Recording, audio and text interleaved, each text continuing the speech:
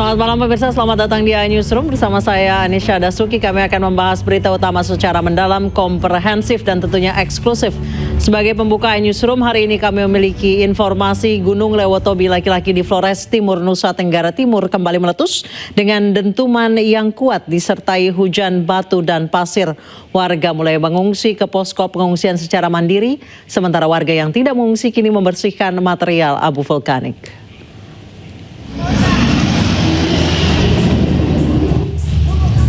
Begini kondisi terkini di Desa Boru, Kecamatan Wulangitang, Kabupaten Flores Timur, NTT. Gunung saat ini masih tertutup kabut dan abu vulkanik Desa Boru tertutup abu. Sebagian warga mulai mengungsi ke tenda pengungsian. Menteri Sosial Saifullah Yusuf mengatakan hingga Rabu pagi tadi belum ada pengungsi akibat erupsi Gunung Lewotobi di Kabupaten Flores Timur, Nusa Tenggara Timur. Saifullah menyebut pihaknya akan membuat tempat pengungsian jika memang dibutuhkan. Di sana kita punya lumbung sosial.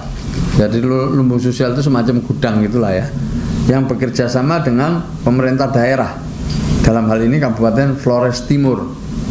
Kita punya di Desa Watuwara, Kecamatan Titihena, Desa Duli Jaya, Kecamatan Titihena, dan Sirinuhu Barat, Kecamatan Titihena.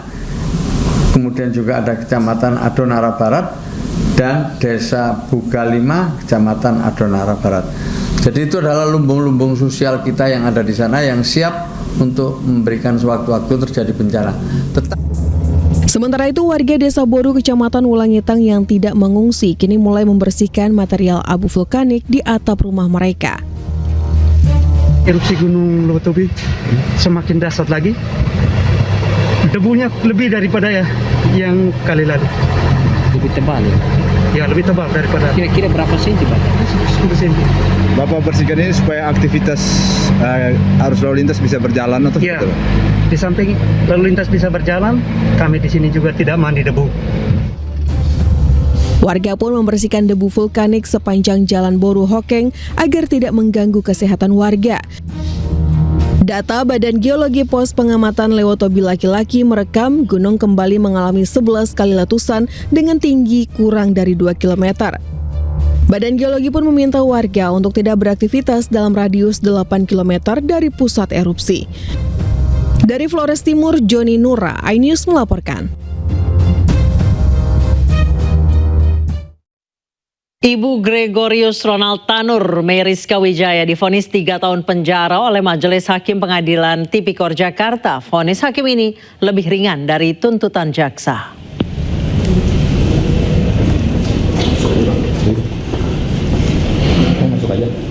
Hakim menyatakan Meriska bersalah memberikan suap kepada 3 hakim pengadilan negeri Surabaya untuk vonis bebas anaknya terkait kasus kematian Dini Sera. Hakim juga menghukum Meriska membayar denda 500 juta rupiah atau subsidiar 6 bulan penjara. Vonis ini lebih ringan dari tuntutan jaksa yakni 4 tahun penjara dan dituntut membayar denda 750 juta rupiah subsidiar 6 bulan kurungan. Terkait vonis 3 tahun ini, Ibu Ronald Tanur mengaku menerima. Undang-Undang Nomor 31 Tahun 99. Dakwaan alternatif pertama, menjatuhkan pidana terhadap terdakwa oleh karena itu dengan pidana penjara selama 3 tahun dan denda sejumlah 500 juta rupiah dengan ketentuan apabila denda tidak dibayar maka diganti dengan pidana kurungan selama 6 bulan. Menetapkan masa selama terdakwa dalam tahanan dikurangkan seluruhnya dari pidana yang dijatuhkan, memerintahkan agar terdakwa tetap berada dalam tahanan, menetapkan barang bukti berupa 1. Barang bukti dokumen dengan nomor urut 11 sampai dengan nomor urut 24 dipergunakan dalam perkara lain atas nama terdakwa Lisa Rahmat. 2. Barang bukti uang dengan nomor urut 11 berupa 1 buah tas kecil berwarna hitam yang berisikan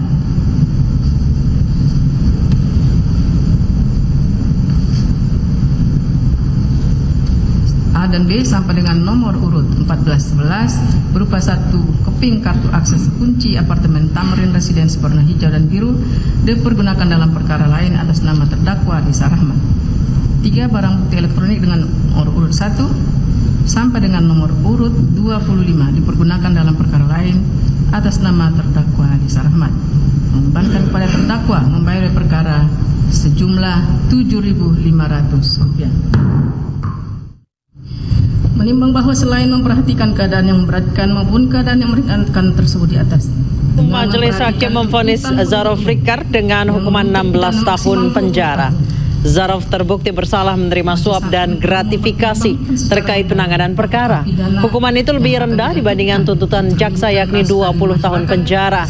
Hakim juga memberikan hukuman denda 1 miliar rupiah kepada Zarov dan uang itu wajib dibayarkan dalam waktu sebulan setelah vonis berkekuatan hukum tetap.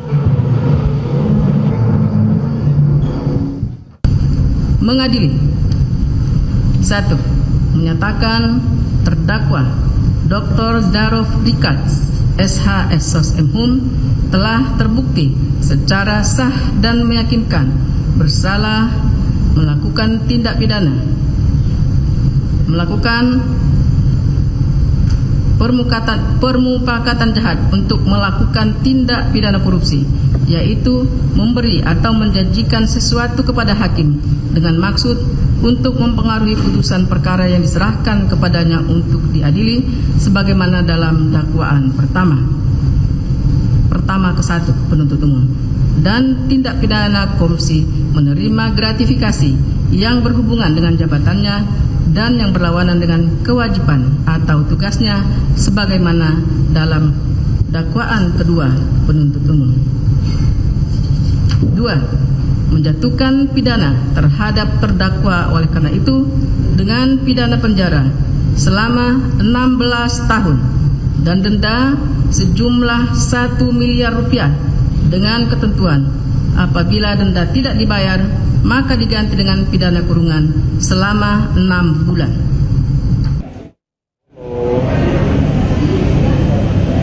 Sementara itu pengacara Ronald Tanur, Lisa Rahmat divonis hukuman 11 tahun penjara. Hakim juga menghukum Lisa dengan denda 750 juta rupiah dengan subsidiar 6 bulan kurungan.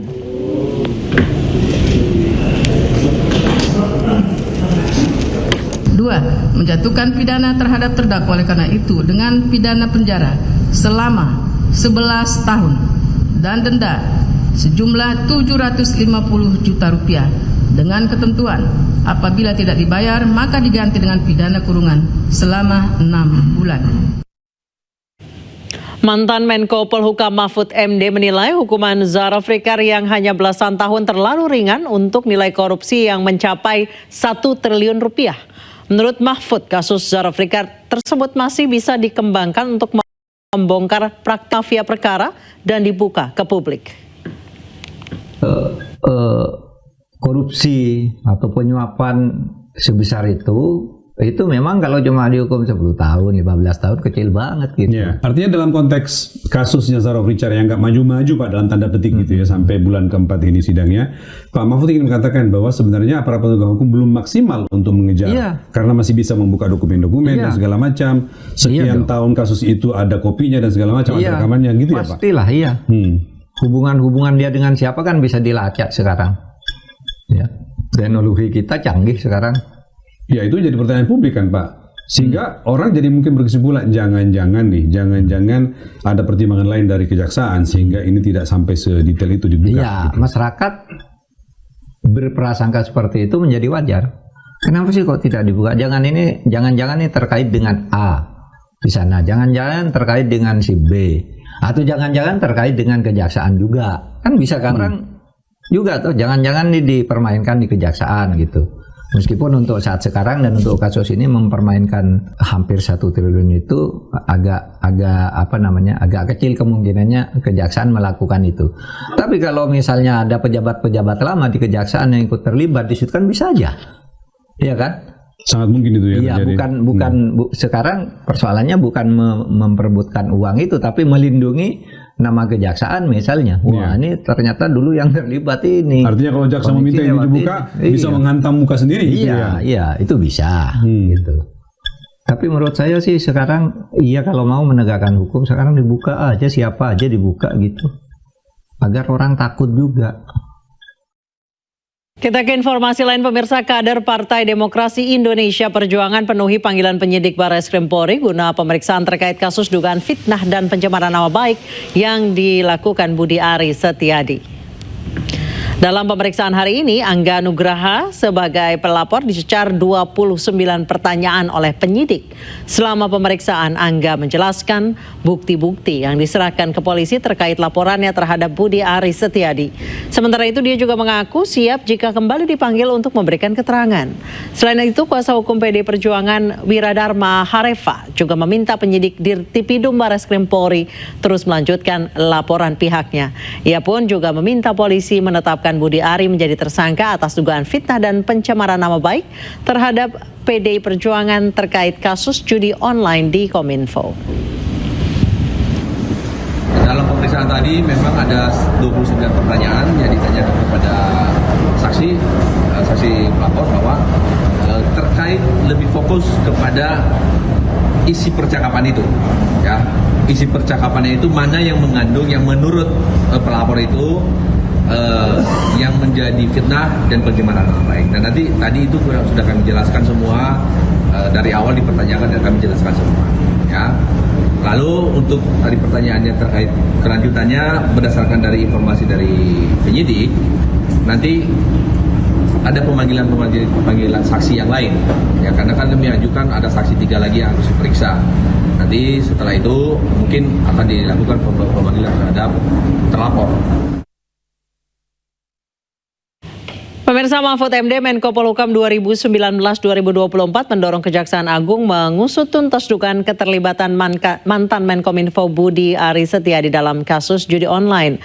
Mengusut tuntas kasus judi online bisa menjadi momentum melaksanakan perintah Presiden Prabowo menegakkan hukum tanpa pandang bulu. Dan waktu itu kan bahwa peran Menkominfo sebelumnya Budi Ari itu sangat besar dalam kasus ini, dugaan Pak Mahfud, ya.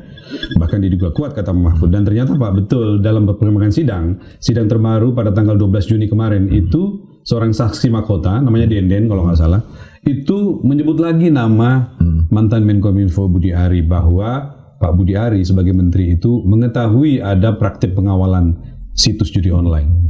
Kayaknya makin terang nih analisa Pak Mahfud bahwa akan gimana Pak pendapat Bapak? Tantangan tuh bagi kejaksaan, ya. Tantangan bagi kejaksaan untuk mengungkap kasus itu dengan sebaik-baiknya. Jangan sampai takut kepada orang siapa yang menjadi teman Budi Ari, ya.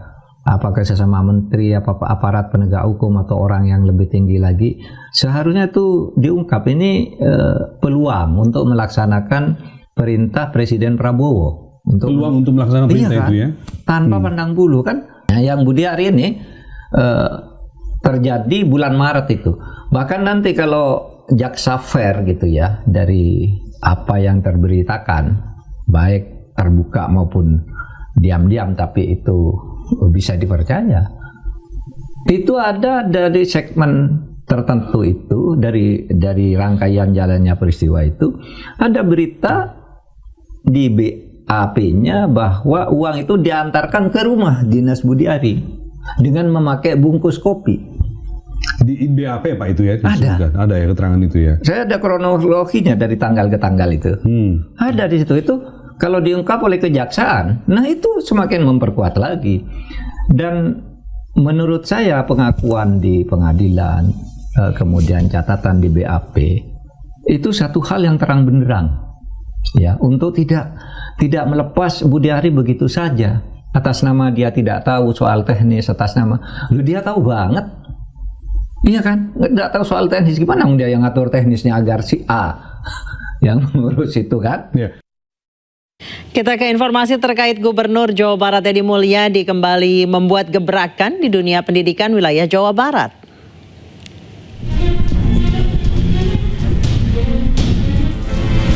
Melalui media sosial Instagram kali ini, KDM meminta orang tua murid membuat surat pernyataan bahwa tidak akan memidanakan atau menggugat guru apabila guru bertindak demi kebaikan muridnya. Permintaan Dedi ini merujuk pada banyaknya kasus guru yang dipidanakan saat berusaha untuk mendisiplinkan muridnya. Meski demikian, KDM juga memastikan Pemprov Jawa Barat tidak akan tinggal diam terhadap guru yang bertindak arogan terhadap anak didiknya.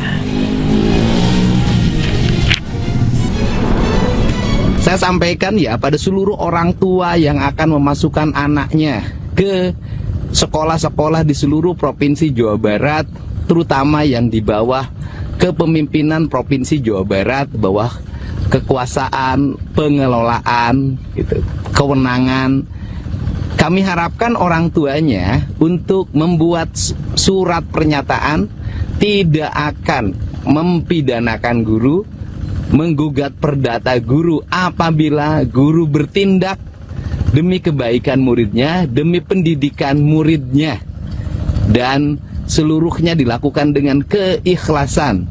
Semoga para orang tua bersedia untuk menandatangani itu, karena itu bagian dari membangun harmoni. Kecuali kalau gurunya melakukan tindakan karena kebencian, tidak ada unsur pendidikan, bahkan tidak memberikan tauladan, ya silahkan saja. Dan tidak usah dipidanakan oleh muridnya juga, oleh orang tua siswa juga. Pemda Provinsi Jawa Barat pasti akan melakukan tindakan, dari mulai tindakan A sampai tindakan pemberhentian, ya. Sebelumnya Gubernur Jawa Barat Deddy Mulyadi dilaporkan oleh seorang wali murid bernama Adel Setiawan asal Bekasi, Jawa Barat ke Barreskrim Polri buntut kirim siswa bermasalah ke barak militer. Bahkan KDM juga telah dilaporkan ke Komnas HAM karena alasan yang sama.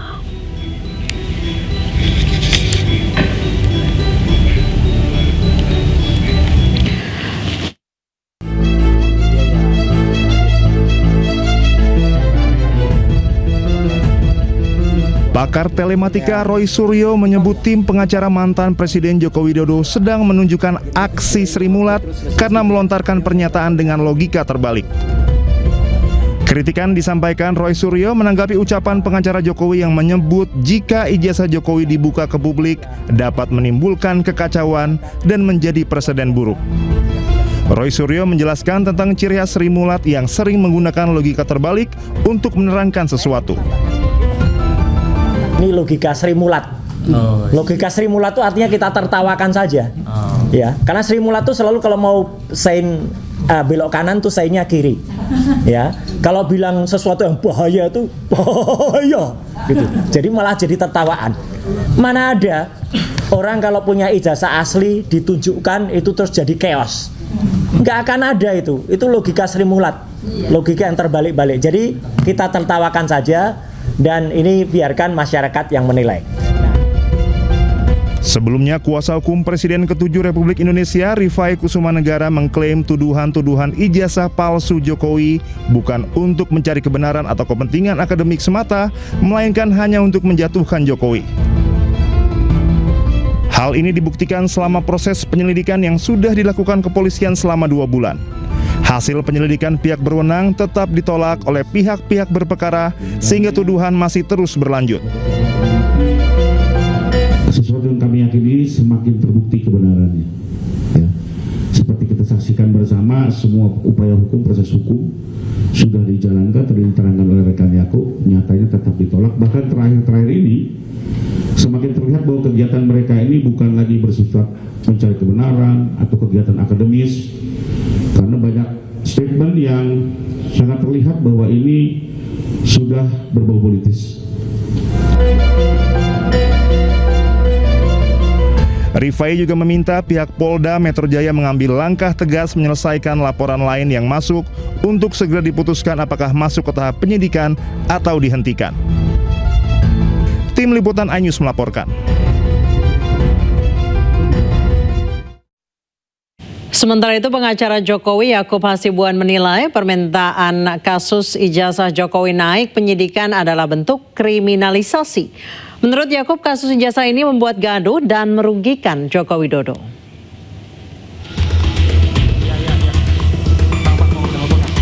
Kuasa hukum Presiden ke-7 RI Joko Widodo Yakub Hasibuan menanggapi desakan agar kasus ijazah Joko Widodo naik penyidikan. Menurut Yakub, permintaan itu merupakan bentuk kriminalisasi. Sebab menurutnya kasus ijazah Jokowi sudah selesai setelah Barreskrim Polri menyatakan ijazah Presiden ke-7 RI tersebut asli. Kok dihentikan, Pak? Ini tidak boleh dihentikan di penyelidikan, harusnya dilanjuti ke tingkat penyidikan. Inilah yang menurut kami adalah upaya-upaya kriminalisasi mengkriminalisasi terhadap Pak Jokowi. Bayangkan saja Mbak, suatu hal yang bukan merupakan tindak pidana mau mencoba dipaksakan untuk naik ke penyidikan, sehingga seakan-akan itu adalah tindak pidana. Sehingga kami juga meminta pihak-pihak yang masih mencoba untuk melakukan hal ini, mengkriminalisasi klien kami untuk menghentikan hal tersebut. Yakub Hasibuan juga menjelaskan desakan agar kasus ijazah Jokowi naik penyidikan ini menyesatkan dan membuat gaduh di masyarakat. Selain itu, menurut Yakub, Jokowi dirugikan atas tudingan ijazah palsu tersebut. Tim Liputan iNews melaporkan. Politisi senior PD Perjuangan Bambang Suryadi alias Bitor Suryadi menyebut Andi Wijayanto, mantan Gubernur Lemhanas sekaligus elit PDIP, pernah melihat langsung dokumen ijazah Jokowi yang kini diragukan keasliannya. Dalam keterangannya pada wartawan lalu, Bitor menyebut Andi melihat dokumen tersebut saat proses pencalonan Joko Widodo di Pilpres 2014. Namun dokumen itu diduga cetakan ulang tahun 2012 saat Jokowi mencalonkan diri sebagai Gubernur DKI Jakarta. Bitor bahkan mengklaim dokumen tersebut dicetak di Pasar Pramuka Salemba, Jakarta Pusat oleh tim Jokowi yang berasal dari Solo. Keterangan tersebut ditulis di sejumlah media online dan dibacakan kembali pakar hukum tata negara Refli Harun. Menurut Bitor, saat persiapan pencalonan Jokowi pada Pilpres 2014, Andi Wijayanto menjadi salah satu pihak yang sempat melihat dokumen tersebut. Andi belum sadar saat itu kalau dokumen yang ia lihat adalah hasil cetakan 2012 saat Jokowi hendak maju Pilgub DKI, ungkap Bitor kepada wartawan Jumat. Lebih mengejutkan lagi, Bitor mengungkap bahwa dokumen tersebut dibuat di Pasar Pramuka, Jakarta oleh tim inti Jokowi yang dibawa langsung dari Solo. Tim tersebut terdiri dari David, Anggit, dan Widodo yang kemudian bergabung dengan kader PDIP DKI seperti Dani Iskandar, Indra, dan Yulianto. Untuk melengkapi kekurangan berkas pendaftaran Jokowi ke KPUD DKI, mereka turun ke Pasar Pojok Pramuka, ujar Bitor. Nama Widodo disebut sebagai aktor utama pembuat dokumen tersebut yang kini disebut-sebut menghilang sejak Bambang Tri, penulis buku kontroversial, membeberkan dugaan pemalsuan ijazah Jokowi ke publik.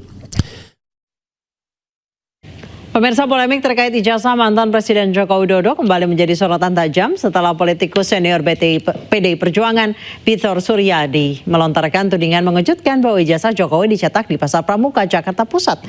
Selengkapnya secara eksklusif kita langsung terhubung dengan politikus PDI Perjuangan Bitor Suryadi. Selamat malam Pak Bitor. Ya, selamat malam Mbak Isa. Pak, Anda mengklaim bahwa ijazah Jokowi ini dicetak secara terburu-buru di Pasar Pramuka jelang pencalonannya Gubernur DKI Jakarta. Kata siapa Pak? Gini, karena saya satu di antara yang ikut ke Jogja dan ke Solo, saya melihat langsung ya bahwa UGM dan Jokowi tidak memberikan jawaban yang memuaskan, padahal kita sudah meminta waktu untuk ketemu. Dari situ saya langsung mencari sesuatu, pasti ada sesuatu. Artinya kalau kita menggunakan rasionalitas yang waras, seharusnya ini sudah terjawab pada waktu itu. Karena itu tidak terjawab, maka saya mencari jalan apa yang dilakukan oleh UGM dan kelompoknya Roy TPUA itu pasti ada sesuatu. Satu diantaranya adalah kalau UGM tidak mengakui, berarti ini ada tempat lain di mana barang ini diterbitkan. Maka saya langsung melacak. Maksudnya Pak, maksudnya UGM tidak mengaku menerbitkan ijazah ini? Ya, karena artinya gini, UGM belum menjawab secara pas gitu ya dengan tuntutannya Roy Suryo dan kawan-kawan ya, masih menghindar terus ya.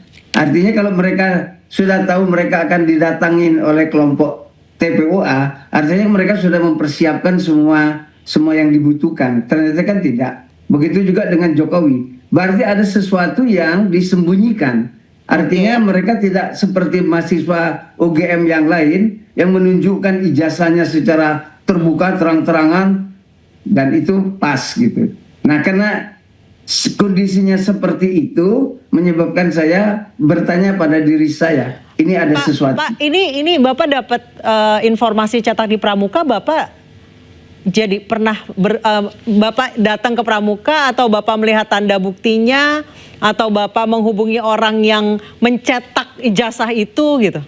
Berarti Bu Siswa belum baca semua ya.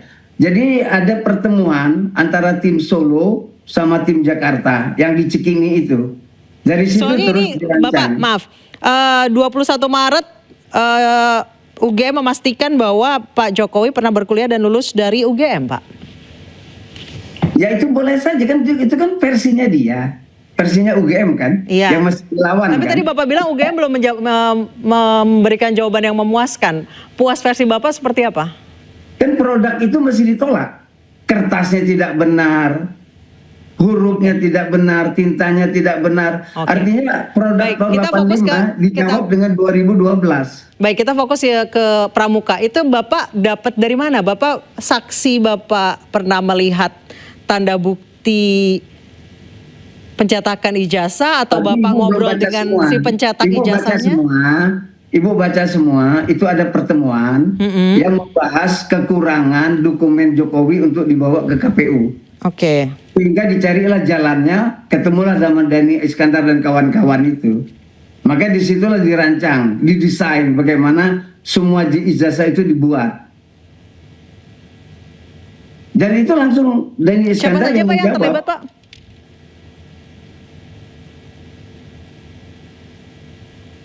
Siapa saja yang terlibat, Pak? Boleh diulang lagi, Pak? Kan ada Dhani Iskandar. Dhani Iskandar. Nah, dari pihak DKI, aktivis-aktivis yang ada di partai. Terus saya juga sudah cek kepada Pak Prasetyo Edi Marsudi, Ketua DPRD, bahwa itu ada antara kelompok Jakarta sama kelompok kelompok Solo. Maka pada waktu setelah selesai ijazah itu dibentuk, dibikin, diserahkanlah ke Pak Pras. Oke. Si Widodo. Dari Pak Pras dan kawan-kawan, ada dari Gerindranya M. Sarif, dibawalah ke DKI, KPU DKI. Ketemulah di situ dengan Pak Juri Adrianto. Mereka ini semua tidak tahu asal-usul dokumen yang dibawa itu. Jadi saya juga udah komunikasi dengan Pak Pras. Saya juga sudah pertanyakan pada Pak Sarif, apakah mereka melihat? Melihat. Apakah mereka memegang? Ya. Terus mereka juga melihat semua dokumen itu, antara dokumennya Jokowi dan Ahok. Mereka melihat gitu. Tahu itu palsunya dari mana, Pak? Tahu itu buatan Pramuka dari mana, Pak? Kan dikasih tahu, ada dua yang kita mau pegangkan. Pertama dari keyakinan kita apa yang disebut oleh Bambang Tri bahwa Jokowi tidak punya ijazah. Yang kedua kita dapat informasi pernyataan dari Rektor UGM Pak Sofyan Effendi bahwa tidak pernah ada yang namanya Jokowi di kehutanan itu. Dari situ kita langsung melacak lagi. Jadi melacak bahwa pernyataan dari tim Solo bahwa mereka tidak punya dokumen untuk dibawa ke KPU. Dari situ dibikinlah di Jakarta. Nah, tadi Bapak nyebutkan bahwa ini dibuat oleh tim dari Solo. Itu siapa, Pak? Boleh disebutkan namanya? Tim Solo itu yang inti itu ada 3 orang. Ada David, ada Anggit, ada Widodo. Tapi yang berperan besar itu adalah namanya Widodo.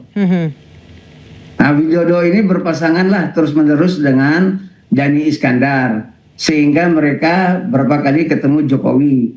Dan mereka lah terus membentuk setelah lolos dari KPU DKI, mereka membentuk tim pemenangan di Jalan Menteng 22 itu. Pak Bitur, jadi 3 orang ini, David, Anggit, dan Widodo yang mencetak ijazah ke Pasar Pramuka. 3 orang ini, Pak? Enggak, cuman Widodo aja. Widodo aja? Ya, itu atas penjelasan Dhani Iskandar. Atas penjelasan Dhani Iskandar? Ya. Bahwa Widodo yang datang ke Pasar Pramuka untuk mencetak ijazah itu tahun 2012, Pak? Ya. Oke, kemudian kalau tim dari Jakarta atau dari partai ada yang mengetahui, Pak?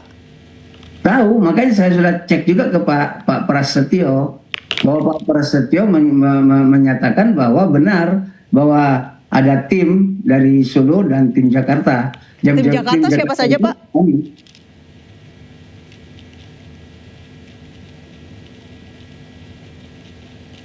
Tim Jakartanya siapa, Pak? Dani Iskandar. Oh, tadi Dani Iskandar. Baik. Pak Prasetyo Edy mengetahui kalau itu ijazah dibuat di Pasar Pramuka, Pak? Enggak tahu dia. Oke. Tadi Bapak mengatakan Pak Prasetyo Edy tahu? Ya, dia yang menerima. Oh, jadi dokumen itu diserahkan kepada partai, dari partai langsung diantar ke KPUD. Kalau Pak Pratikno tahu nggak, Pak, kira-kira? Mungkin Ibu lebih tahu dari saya kurang. Oke. Pak Prasetyo, dari partai ada yang tahu, Pak? Pras itu kan partai. Tadi saya bertanya ke Bapak, Pak Prasetyo Edy mengetahui kalau itu ijazah dicetak di Pramuka. Bapak bilang tidak tahu. Saya bertanya, saya bertanya dari partai ada yang tahu, Pak, kalau itu adalah Iskandar. Dari partai, dari PD Perjuangan dan Iskandar itu, Pak? Lah iya, dia kan aktivis partai. Oke. Baik, sebelum kita lanjutkan, Pak, kita simak dulu tanggapan dari kuasa hukum Joko Widodo terkait tudingan ijazah Jokowi yang dicetak di Pasar Pramuka. Terkait informasi yang beredar bahwa seolah-olah Pak Jokowi membuat ijazah palsu di Jalan Pramuka, pada intinya kami selaku kuasa hukum menilai hal tersebut hanya sekedar informasi yang bersifat bebas ya, dan tentunya tidak memiliki nilai pembuktian. Apalagi kalau kita ikuti itu seolah-olah cerita dari cerita ya. Lalu berikutnya jika diikuti juga cerita tersebut bahwa seolah-olah itu dilakukan di tahun 2019 pada saat mencalonkan diri sebagai Gubernur Jakarta, pertanyaan mendasarnya adalah lalu apa yang digunakan ijazah Pak Jokowi pada saat mengikuti Pilkada Solo yang memang jauh sebelumnya, dan memang tercatat di KPUD sudah ada ijazah Pak Jokowi saat itu kan begitu. Berikutnya adalah juga kami sangat menyaksikan partai sebesar PDIP ya mengusung gubernur maupun presiden 2 kali dengan menggunakan ijazah yang seolah-olah dipalsukan ya. Apalagi dalam cerita tersebut kan seolah-olah ada tokoh-tokoh PDIP yang ikut terlibat atau setidaknya mengetahui. Kami sangat menyaksikan itu ya. Ini seperti tidak lebih seperti cerita kemarin soal kapal di Raja Ampat ya, yang ternyata kemudian setelah ditelusuri kan tidak ada kaitannya itu. Dan yang satu hal yang perlu dicermati adalah menurut kami tidak ada motif bagi Pak Jokowi untuk memasukkan ijazah S1-nya, karena pada prinsipnya menjadi kepala daerah maupun presiden cukup dengan ijazah SMA. Jadi untuk apa ya memasuk ke ijazah S1 ya? Apalagi kenyataannya kita dengar sendiri dari UGM yang maupun banyak saksi yang sudah dengar keterangannya termasuk hasil puslapor bahwa ijazah itu asli. Jadi kami melihat ini hanya sekedar informasi yang berkembang dan tidak bisa dipertanggungjawabkan. Pak Bitor, tadi Anda mengatakan bahwa Andi Wijayanto mengetahui kalau ini ijazah dicetak tahun 2012, benar demikian, Pak? Oh ya, kan di partai ini kan partai kami kan partai besar, ada proses, ada prosedur, ada ke administrasi dan juga ada LO. Nah, Pak Andi itu menerimanya kan dari tim LO itu, jadi itu sudah disortir dan segala macam. Jadi Pak Andi tahu bahwa ijazah yang dia pegang itu adalah ijazah yang juga pernah dibawa ke KPU DKI. Iya, tapi tahu kalau itu ijazah palsu, Pak? Enggak tahu. Oh, enggak tahu. Baik, yang jadi baik Pak Prasetyo Edy, ya gimana? Yang tahu itu cuma 2 orang. Oke. Yang namanya Widodo sama Dani Iskandar. 2 orang itu yang tahu. Kalau semua orang tahu berarti bukan rahasia mereka. Boleh Pak Dani Iskandar diajak ngobrol bersama kami Pak di Newsroom, Pak? Nggak tahu dia di mana. Oh, hilang sekarang, Pak? Ya, ada dua-duanya udah nggak tampil di sehari-hari. Biasanya mereka sehari-hari ada di DKI, di partai. Baik, tanggapannya Bapak tadi soal sanggahan dari pengacara Joko Widodo? Enggak, saya nggak mau nanggapin. Itu kan urusan dia. Urusan saya mau menertibkan dulu administrasi informasi dari partai. Dari partai ini gimana sebenarnya ini. Jadi saya sedang melacak ke belakang siapa aja aktivis partai ini. Sesuai baru kita akan buka ke luar. Jadi pada waktu Pak Pras dan kawan-kawan ke KPUD itu ketemunya sama dengan Pak Juri Ariantoro. Terus pada 2014 LO partai 4 orang datang ke KPU. Pak yang menerima juga masih Pak Juri Adrianto. Dia sudah pindah ke KPU Pusat. Pak, berarti kalau misalnya baru dicetak 2012 buat DKI Jakarta, waktu Solo pakai ijazah yang mana, Pak? Waktu wali kota Solo? Nggak tahu saya. Dan itu katanya pakai Dr. Andes. Dan saya nggak tahu. Oh, waktu Solo Dr. Andes? Katanya begitu. Oh, waktu Solo Dr. Andes, kemudian waktu Jakarta jadi insinyur? Insinyur. Menurut siapa, Pak? Kata siapa? Nah, di ijazahnya itu tertulis insinyur. Enggak, yang tadi Bapak mengatakan pas Solo Dr. Andes, kemudian pas... Saya baca ini berita-berita dari Ibu juga lah, dari medsos-medsos itu kan. Oke. Dari Dr. Andes. Baik. Terima kasih banyak. Baik, terima kasih Pak Bitor telah bergabung secara eksklusif bersama kami di Newsroom. Selamat malam Pak Bitor. Terima kasih.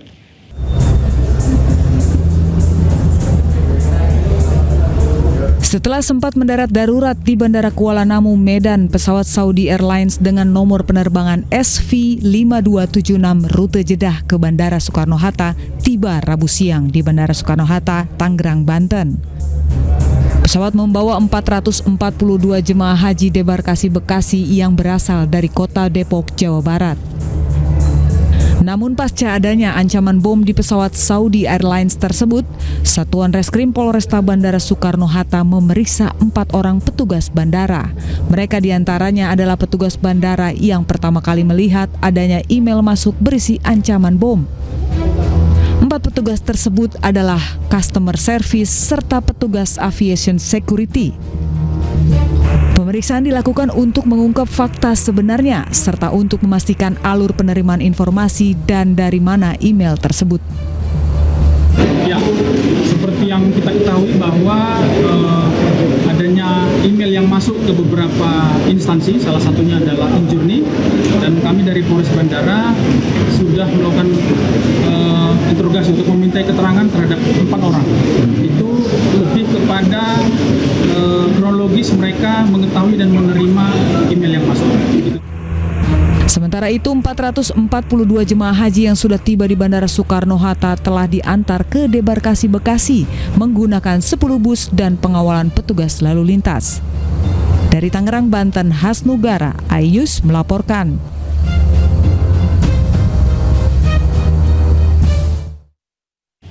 Pemirsa, isak tangis kebahagiaan mengiringi kepulangan jemaah haji Kota Depok yang tiba di Balai Kota Depok, Jawa Barat. Kepulangan jemaah tertunda akibat peristiwa menegangkan ancaman bom di dalam pesawat yang mereka tumpangi.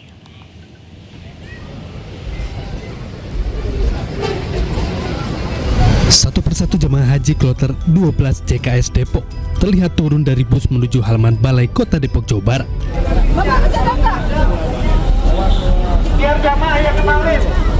Rangkulan peluk erat hingga isak tangis penuh haru tidak terelakkan oleh jamaah dan keluarga yang menyambut.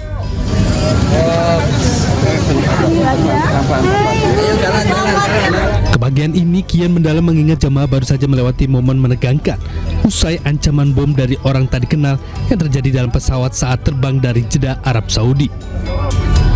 Meski dipastikan hoaks, peristiwa itu meninggalkan trauma dan kekhawatiran mendalam khususnya di kalangan keluarga yang menanti di tanah air. Ibu udah masuk ke ruangan tunggu. Ada anak nanya, ada apa sih Mama? Kata dia nanya itu. Katanya ada bom. Lah, ibu baru tahu kan di situ. Padahal nggak ada, Neng. Terus terang. Nggak ada bom. Tadi aja apa dipulangin naik dari Medan naiknya ke Jakarta pakai kapal itu juga. Sebanyak 442 jamaah termasuk petugas haji di dalamnya menjalani seluruh proses perjalanan dengan lancar hingga tiba di Depok. Dalam keadaan bahagia dan juga jamaahnya pada sehat-sehat semuanya, itu berkah buat kita semuanya. Dan hari ini kita terima jamaah haji itu jumlahnya genap 442 jamaah petugas. Mereka semuanya sehat, tidak ada nampak-nampak yang galau dan sebagainya, dan mudah-mudahan bisa pulang ke rumah masing-masing dalam keadaan bahagia dan senang. Pesawat Saudi Airlines SV5276 mengangkut 442 jemaah haji pulangan dari Jeddah menuju Bandara Soekarno-Hatta, Cengkareng. Pesawat tersebut dialihkan ke Bandara Kuala Namu setelah muncul ancaman bom melalui email yang diterima otoritas penerbangan. Kini ratusan jemaah telah kembali ke pelukan keluarga dengan rasa syukur mendalam usai menuntaskan ibadah di Tanah Suci. Dari Depok, Jawa Barat, Iyung Rizky, iNews melaporkan.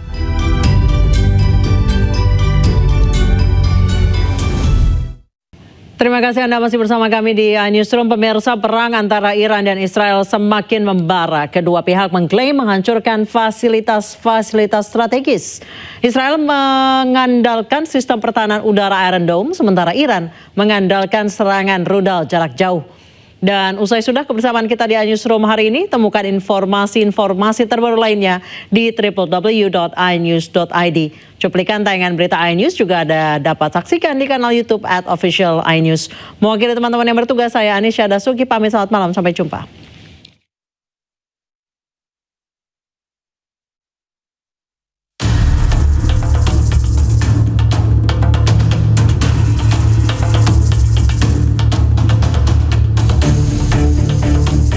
Iran merilis video terbaru bernada ancaman terhadap Israel dengan serangan rudal-rudal jarak jauhnya. Iran menyebut serangan ini akan menjadi sebuah kejutan dan akan diingat dalam waktu lama.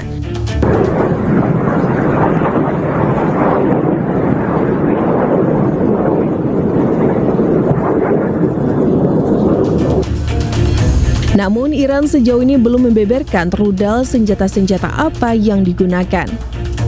Serangan rudal Iran di Tel Aviv memicu diaktifkan sistem pertahanan udara Israel Iron Dome. Namun serangan Iran ini dengan mudah mengecoh dan membobol sistem pertahanan udara Israel.